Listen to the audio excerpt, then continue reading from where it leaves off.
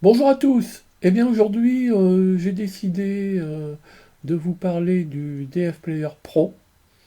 Pourquoi? Parce qu'en fait c'est une découverte pour moi, donc j'ai étudié un petit peu sommairement ce, ce petit, cette petite plaquette et j'ai regardé un petit peu comment on pouvait la piloter. Voilà, donc on trouve très peu de tutos en français, même en anglais, sur le sujet, hein. Pour l'instant, ça sera un des rares tutos sur le sujet. On peut lui mettre de la musique directement, la télécharger dans la puce, pas dans la puce, sur la plaquette. Et bon, je dirais que c'est surtout ça le gros avantage. Il fait de la vraie stéréo, c'est certain. Voilà, donc allez, ici nous sommes sur le wiki du DF Player Pro. Eh bien, on va regarder un petit peu. Allez, tout d'abord, on va passer en français, si ça va bien. Voilà. Donc, vous voyez, vous l'avez ici, le DF Player Pro, hein, c'est un petit composant, voilà, assez petit. Donc, voilà, on peut lui stocker jusque 128 mégaoctets directement via sa prise USB type C. Voilà, il n'a pas besoin d'être alimenté pour cela, hein. C'est une manip qu'on fait un peu comme on chargerait une clé USB.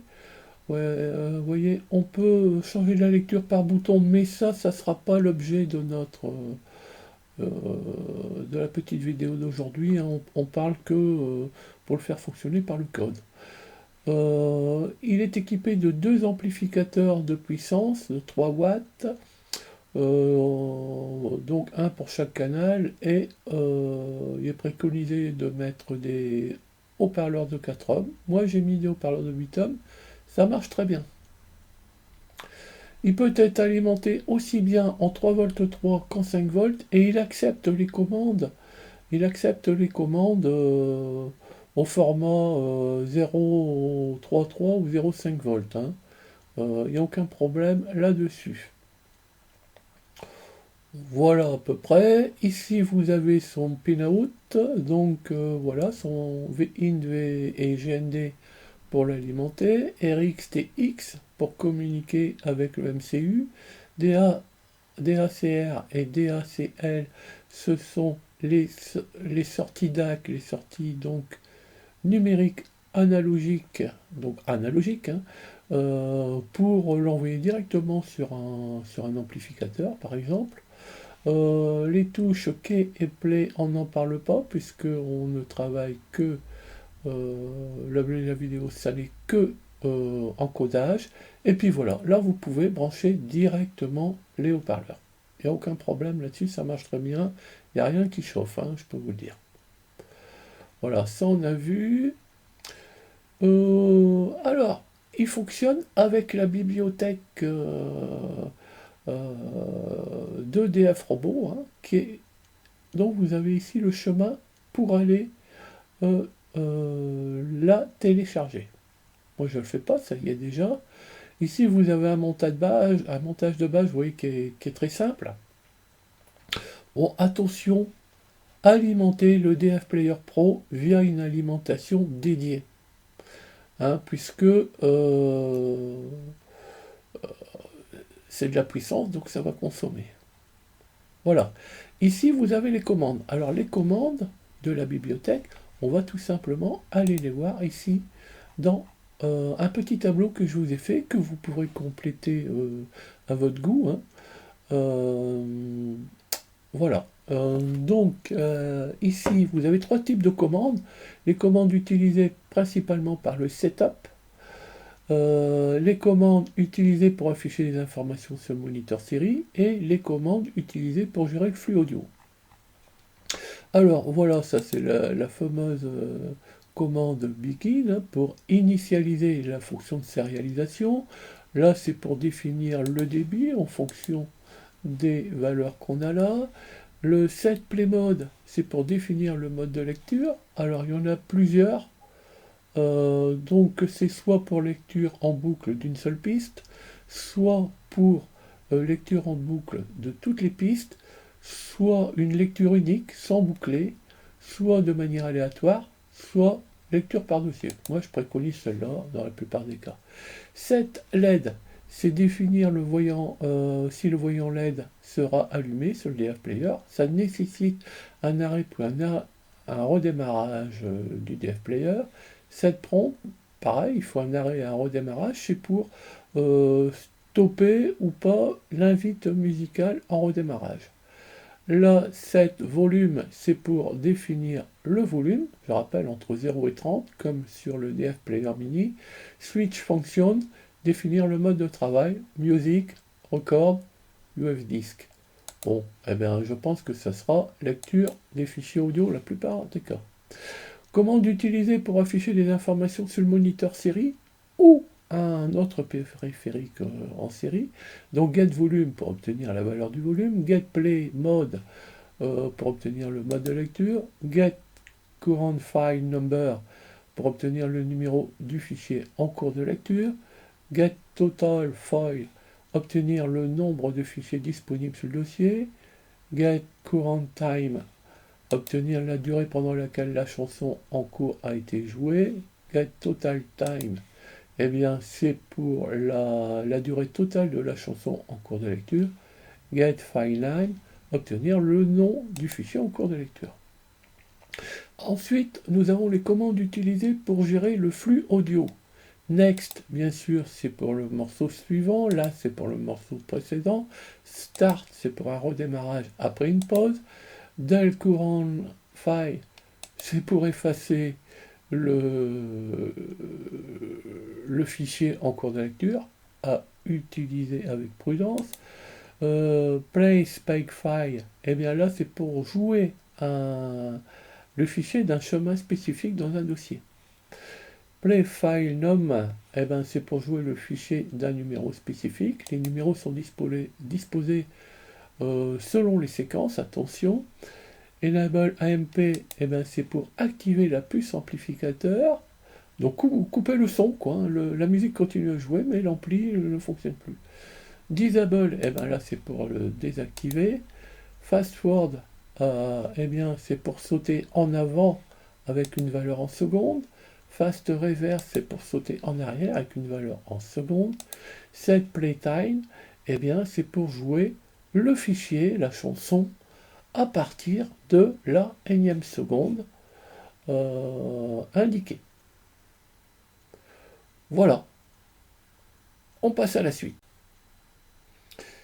Eh bien, donc, pour continuer, nous allons regarder un code que j'ai écrit qui est utilisable avec un Arduino Nano et qui fait jouer de la musique au DF Player Pro.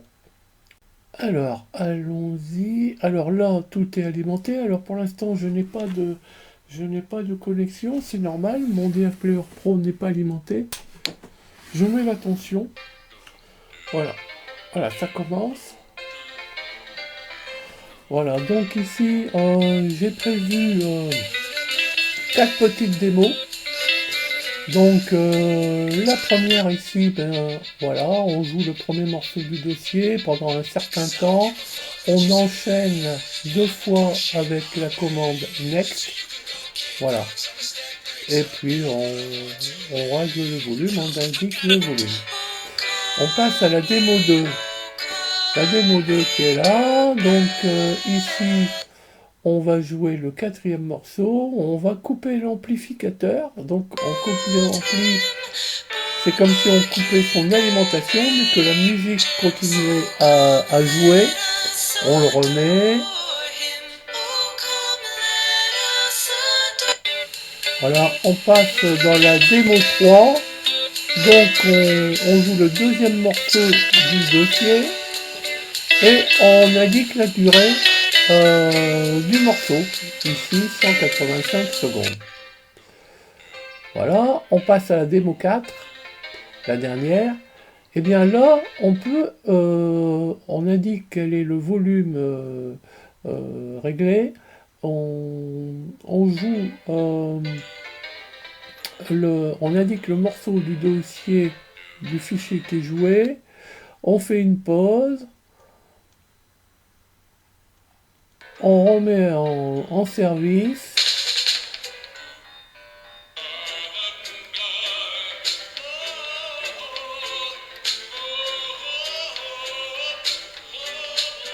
Bon, je m'excuse pour la musique, hein, c'est de la musique YouTube. Vous pourrez mettre vos morceaux préférés, bien entendu. Voilà, et on reprend au début. Hein. Voilà, ça c'est donc pour jouer de la musique de manière assez traditionnelle, hein, jouer d'une certaine façon, comme un lecteur de cassette, hein, un ancien lecteur de CD. Voilà, maintenant on va voir autre chose. Alors, faut savoir que j'ai fait deux autres programmes identiques à celui-ci. Celui-ci fonctionne avec un Arduino Nano. Vous pourrez les faire fonctionner avec un ESP32 et un Arduino XIAO. Vous avez les deux programmes qui sont là. Bien entendu, je vais laisser passer un peu la musique là parce que le niveau est assez élevé.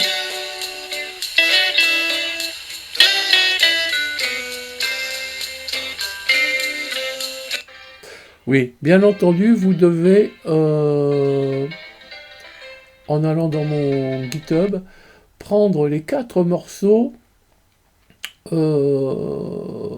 et les reconstituer sous forme de dossier et les télécharger sur le DF Player Pro. Et d'ailleurs, dans la séquence d'après, nous allons voir comment télécharger dans le DF Player Pro. C'est très très simple. C'est l'équivalent d'une prise USB. Allez, on passe à la deuxième partie du code. Bien, maintenant nous allons passer à un autre code. On va toujours le continuer avec l'Arduino Nano, mais cette fois nous allons lire plusieurs dossiers avec la commande qui est ici, play spec file. Donc on va jouer le fichier d'un chemin spécifique. Alors pour ça, je vais devoir aller... Alors ici, on va faire une simulation d'horloge parlante. Donc ici, j'ai toutes les voix qui sont énumérées par un homme, et j'ai toutes les heures qui sont énumérées par un homme, et toutes les heures qui sont énumérées par une femme. Et je vais faire jouer les heures paires par une femme, donc j'irai dans ce dossier, et les heures paires par un homme. Mais d'abord, je dois aller prendre ces deux dossiers-là et les mettre, copier, sur le DF Player Mini. Le DF Player Mini, il est tout simplement comme une clé USB. Donc là, je vais brancher l'USB type C sur le DF Player Mini. Il n'a pas besoin d'être alimenté. Là, ici, on voit l'USB qui est là. Et là, je vais coller les deux dossiers. Voilà. Les deux dossiers. Voilà. Et je vais aller supprimer le fichier son pour pas qu'il y ait de confusion. Peut-être ça marcherait quand même, mais je l'enlève. Voilà. Maintenant, je vais venir dans mon code. Ça, je vais fermer. Je vais venir dans mon code. Alors, mon code, il est là. Alors, il est où? Il est, voilà, définitif. Multiples folders. Alors, il faut le téléverser déjà. Ah, ça va pas marcher parce que j'ai pas l'USB et sur le DF Player. Voilà. Pour l'instant, on faisait que l'ouvrir, ça va.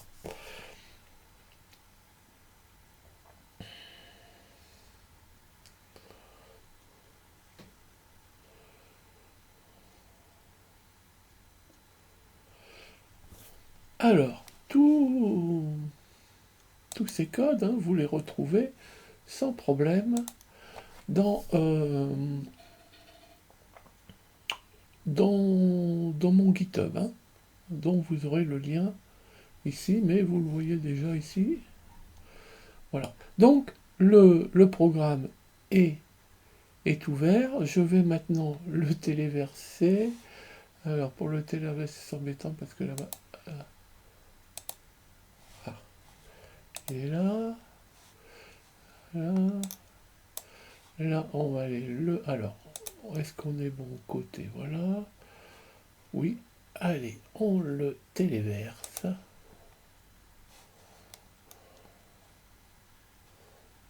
Est-ce qu'il est en cours de téléversement? Pas sûr du tout, non. Voilà, là maintenant on peut.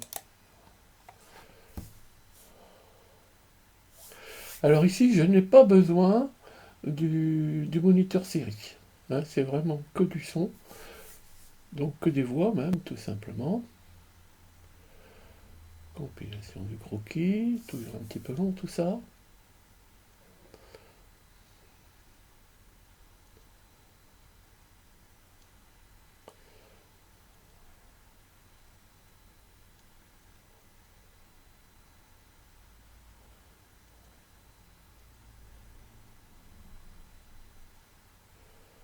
Téléversement, j'espère qu'il sera bientôt OK. Le téléversement est terminé. Bien, eh bien, on n'entend rien, c'est normal. Je n'ai pas alimenté le DF Player.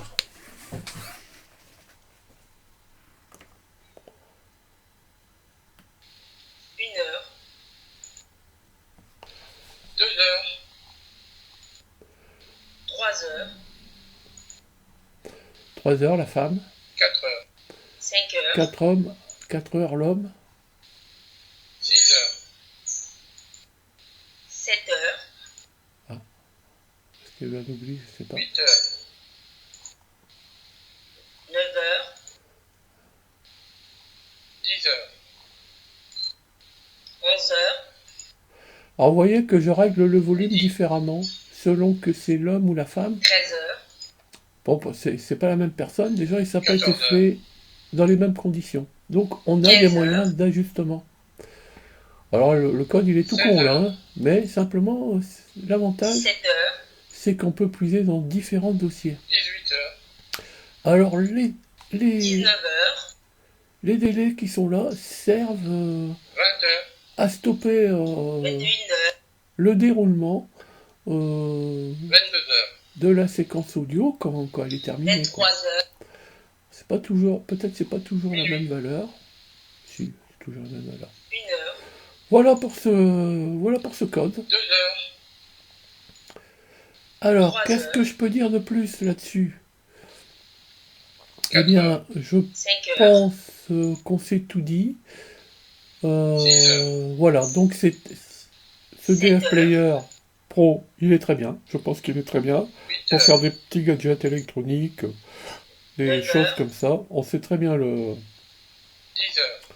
le piloter sans 11 problème avec différents MCU. midi,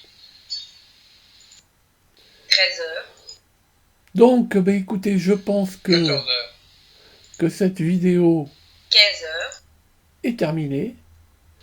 Je vous remercie 16 heures. beaucoup et je vous dis à bientôt 17 heures. sur d'autres vidéos.